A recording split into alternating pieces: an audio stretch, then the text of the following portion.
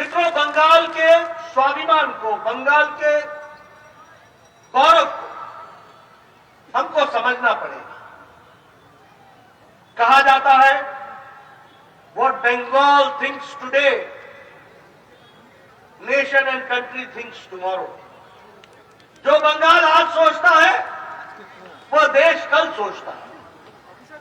और ये कहने के लिए मैं नहीं कह रहा हूं, आज मैं भारतीय जनता पार्टी का राष्ट्रीय अध्यक्ष हूं। दुनिया की सबसे बड़ी पार्टी है, लेकिन आपको जानकर खुशी होगी कि इस भारतीय जनता पार्टी और भारतीय जनसंघ के प्रथम अध्यक्ष और विचारों के संस्थापक कोई और नहीं थे, वो बंगाल के माटी के सपूत डॉक्टर श्यामा प्रसाद मुखर्जी। मैं यहां आपको कहना चाहता हूं, आप और हम बड़े भाग्यशाली हैं कि आज देश का नेतृत्व भारत के यशस्वी प्रधानमंत्री नरेंद्र मोदी कर रहे हैं। और इस कारण से हम ये गौरव के साथ कह सकते हैं, और मैं चाहूंगा कि आप भी गांव-गांव में लोगों को बताइए, ये कलकत्ता, ये बंगाल ईस्ट इंडिया कंपनी का हेडक्वार्टर होता था। अंग्रेजों ने हमको 200 साल राज किया, 200 साल। लेकिन आज आपको जानकर खुशी होगी कि मोदी जी के नेतृत्व में भारत की अर्थव्यवस्था 10वें स्थान से हटकर बंगाल को, ब्रिटानिया को पछाड़ के, अंग्रेजों को पछाड़ के 5वीं नंबर की अर्थव्यवस्था बन गई। यही बंगाल ईस्ट इंडिया कंपनी का हेडक्वार्टर होता। और आज मोदी जी के नेतृत्व में हम लोगों ने ब्रिटानिया को भी पछाड़ के हम आगे बढ़ चले। मुझे खुशी है कि आज भारत दवाई बनाने में दुनिया की फार्मेसी बन गया है और दुनिया को सबसे सस्ती और असरदार दवाई भारत दुनिया को दे रहा है। ये भी हमको समझना। आज आप सब लोग बचपन में सुनते होंगे कि जापान कार बनाता था, गाड़ियां बनाता था, और जापान कहते थे टोयोटा बनाता है, डैटसन बनाता है, जापान का मुकाबला कोई नहीं। लेकिन आपको मैं बताना चाहता हूं कि मोदी जी के नेतृत्व में ऑटोमोबाइल में, गाड़ियां बनाने में भारत जापान को पछाड़कर 3रे नंबर की ऑटोमोबाइल इंडस्ट्री बन गई। और हमारे आगे अब सिर्फ 2 रह गए, चाइना और अमेरिका। और समय आते आते हम आगे बढ़ेंगे, ये हमको ध्यान रखना। मैं आपके साथ बताना चाहता हूं, आपके पास मोबाइल है। 2014 में ये मोबाइल 92% विदेश में बनता था और चीन में बनता था। और आपको मालूम है कि चीन का मोबाइल कैसे हाथ में फट जाता था। याद है आपको? याद है कि नहीं है? आज भारत 97% मोबाइल भारत बना रहा है मोदी जी के नेतृत्व में। मोदी ये जो एप्पल है, ये एप्पल को ध्यान से देखना। जो नया एप्पल आया है उसमें लिखा है मेड इन इंडिया। ये बदलता भारत है। लेकिन मैं ममता दीदी को दृष्टि कैसे दे दूं?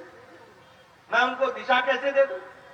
इन कांग्रेसी भाइयों को अच्छी बात कैसे समझा दूं, जिन्होंने नहीं समझने का तय कर रखा है, जो छोटी राजनीति के कारण विकास के काम को रोकने का प्रयास करते हैं। मैं यहां आपसे चर्चा करना चाहता हूं। आप सब लोग कोरोना के बाद बड़े नजदीक बैठे हैं और किसी ने भी मास्क नहीं लगाया है, किसी ने भी मास्क नहीं लगाया है। और आपको मालूम है ना कि अमेरिका का राष्ट्रपति जो बाइडेन अभी भी मास्क लगा के घूमते हैं, और आप बिना मास्क के नजदीक बैठे हैं। ये संभव हुआ है तो इसलिए क्योंकि मोदी जी ने 140 करोड़ की जनता को 220 करोड़ डबल डोज और बूस्टर डोज लगा करके आपको तैयार किया, सुरक्षा कवर किया। आपको जानकर खुशी होगी कि आज 100 देशों को वैक्सीन भारत ने दिया और ज्यादा खुशी ये होगी कि 48 देशों को भारत ने वैक्सीन मुफ्त दिया। यानी अब भारत लेने वाला भारत नहीं है, भारत देने वाला। ये यूक्रेन का युद्ध था। आप बताइए, यूक्रेन के युद्ध में किसी राष्ट्रपति या प्रधानमंत्री ने अपने बच्चों को लाने की व्यवस्था की? किसी ने की? अमेरिका ने की क्या? जर्मनी ने की क्या? ऑस्ट्रेलिया ने की क्या? न्यूजीलैंड ने की क्या? पाकिस्तान ने की क्या? बांग्लादेश ने की क्या? लेकिन मोदी जी ने एक तरफ एक समय में पुतिन से बात की, एक तरफ में ज़ेलेंस्की से बातचीत की, युद्ध को रुकवाया और 22,500 बच्चों को सुरक्षित भारत पहुंचाया। और वो अभी उसमें बंगाल के लगभग 300 बच्चे।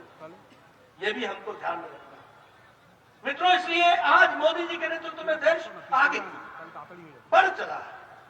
लेकिन मुझे दुख है कि आज जब मैं ममता जी की बात करता हूं तो मोदी जी बंगाल को आगे बढ़ा रहे हैं और ममता जी बंगाल को पीछे धकेल रही है। और मोदी जी ने कोई भेदभाव नहीं किया। आपको जानकर खुशी होगी, इस बार के बजट में कलकत्ता के मेट्रो के रेल के लिए 1,000 करोड़ रुपए दिया है मोदी जी ने इस बार के बजट में। चित्ररंजन कैंसर इंस्टीट्यूट को 15 करोड़ दिया। सत्यजीत फिल्म इंडस्ट्री को और टेक्नोलॉजिकल इंस्टीट्यूट को 63 करोड़ दिया और इंडियन स्टैटिस्टिकल इंस्टीट्यूट को 23 करोड़ दिया। आपको जानकर खुशी होगी कि 30 दिसंबर को प्रधानमंत्री मोदी जी ने वेस्ट बंगाल को बहुत बड़ी सौगात दी थी। लेकिन आपको ये भी याद होगा कि 30 दिसंबर को उनकी पूज्य माता जी शांत हो गई थी। आदरणीय प्रधानमंत्री जी ने अपनी पारिवारिक जिम्मेवारी को निभाया, माता के अंतिम दर्शन किए, माता का अंतिम संस्कार किया। लेकिन वह संस्कार करने के बाद भारत के यशस्वी प्रधानमंत्री मां भारती की सेवा में 1 घंटे बाद फिर से लग गए। ये भी हमको समझना। और उस दिन 30 दिसंबर को आपको वंदे भारत की ट्रेन बंगाल को दी और वो बंगाल को ट्रेन हावड़ा से न्यू जलपाईगुड़ी के लिए दी थी। 30 दिसंबर को 7,800 करोड़ रुपए का फाउंडेशन स्टोन प्रधानमंत्री जी ने विभिन्न प्रोजेक्टों के बारे में रखा था। 30 दिसंबर को मल्टीपल स्विमेज के लिए 2,550 करोड़ रुपए की आवंटन किया और 30 दिसंबर को न्यू जलपाईगुड़ी के रेलवे स्टेशन को दुनिया का आधुनिकतम रेलवे स्टेशन बनाने के लिए 350 करोड़ रुपए आवंटित किए। और उसी तरीके से हमारे चोका ताराताला इस पर्पल लाइन के लिए मेट्रो में आदरणीय प्रधानमंत्री जी ने 2,475 करोड़ रुपए खर्च किए थे और उसका उद्घाटन किया। और उसी तरीके से श्यामा प्रसाद मुखर्जी के नेशनल इंस्टीट्यूट और वाटर सैनिटेशन के लिए 100 करोड़ रुपए दिए। सीवेज प्लांट के लिए 990 करोड़ रुपए दिए थे। मैं ये आंकड़े रख रहा हूं, मैं मीडिया वालों को कहूंगा मेरे आंकड़ों को चेक कर लेना। कोई 990 करोड़, कोई 2,245 करोड़, कोई 3,000 करोड़। ये बंगाल की धरती को विकास करने के लिए आज मोदी जी का पूरी की पूरी ताकत है। लेकिन जब हम बात करते हैं प्रधानमंत्री आवास योजना की तो हमने 4 करोड़ यहां पर सैंक्शन किए और जिसमें से 3 करोड़ 60 लाख आवास योजना बने सारे देश में और उसमें से 52,50,000 घर यहां बने। लेकिन मुझे दुख है कि ममता अपनी राजनीतिक हस्तक्षेप से बाज नहीं आती। उन्होंने प्रधानमंत्री आवास योजना को बांग्ला आवास योजना बना और आजकल आवास योजना का ऑडिट हो रहा है। जो टीएमसी के कार्यकर्ताओं के 2-2 मंजिले के पक्के मकान हैं वह प्रधानमंत्री आवास योजना को ले गई। ऐसे भ्रष्टाचारी टीएमसी को रहने देना है क्या? ऐसे भ्रष्टाचारी टीएमसी को रहने देना है क्या? आप बताइए, टीएमसी के कार्यकर्ता सरकारी योजनाओं का दुरुपयोग अपने लिए कर रहे हैं कि नहीं कर रहे? आप बताइए, प्रधानमंत्री गरीब कल्याण अन्न योजना में अन्न की चोरी टीएमसी के कार्यकर्ता कर रहे हैं कि नहीं कर रहे? कर रहे हैं कि नहीं कर रहे? ये टोलाबाजी, ये चोरी, ये सब काम टीएमसी कर रही है, वो भी हमको ध्यान रखना। आज स्वच्छ भारत में यहां 74 लाख इज्जत घर बने, यानी बहनें 74 लाख अपने दैनिक जीवन के लिए खुले में शौच करती थी। क्या बंगाल था, लेकिन मोदी जी ने उनको इज्जत देने का काम किया। और इसीलिए हम कह सकते हैं, गांव, गरीब, वंचित, पीड़ित, शोषित, दलित, किसान, युवा, इन सबको, हमारे आदिवासी भाई, हमारे ट्राइबल भाई, हमारे दलित भाई, इनको ताकत देने का काम किया है तो मोदी जी ने।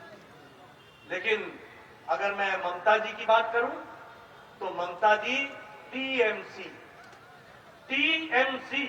मतलब टी फॉर टोलाबाजी, T for terror, M for mafia, M for money laundering और C for corruption and commission.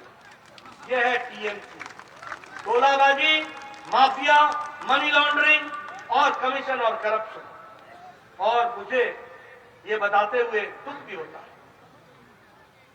ममता जी बंगाल की, जिसे कहते हैं जहां दुर्गा विराज करती है, जहां दुर्गा वास करती है, जहां मां काली वास करती है, वहां एक महिला मुख्यमंत्री, जिनका यह काम होना चाहिए था कि महिला को संरक्षण मिले। लेकिन मैं यहां पत्रकार बंधुओं के सामने बोलना चाहता हूं कि वेस्ट बंगाल में महिलाओं पर अत्याचार देश में 4थे नंबर पर यहां अत्याचार है। अगर मैं कहूं, वेस्ट बंगाल एसिड के अटैक में नंबर 1 पर खड़ा, यह है बंगाल की तस्वीर। अगर मैं बात करूं कि किडनैपिंग में और महिलाओं की किडनैपिंग में और ह्यूमन ट्रैफिकिंग में बंगाल तीसरे नंबर पर खड़ा है। और अगर मैं डाउरी डेथ पर कहूं तो देश के 5 राज्यों में बंगाल आता है। बोलो, ऐसी तस्वीर चाहिए क्या? ऐसी तस्वीर बंगाल की रहनी चाहिए क्या? महिलाओं का सम्मान होना चाहिए कि नहीं होना चाहिए? मां दुर्गा की शक्तिपीठ की धरती पर महिलाओं का सम्मान होना चाहिए कि नहीं होना चाहिए?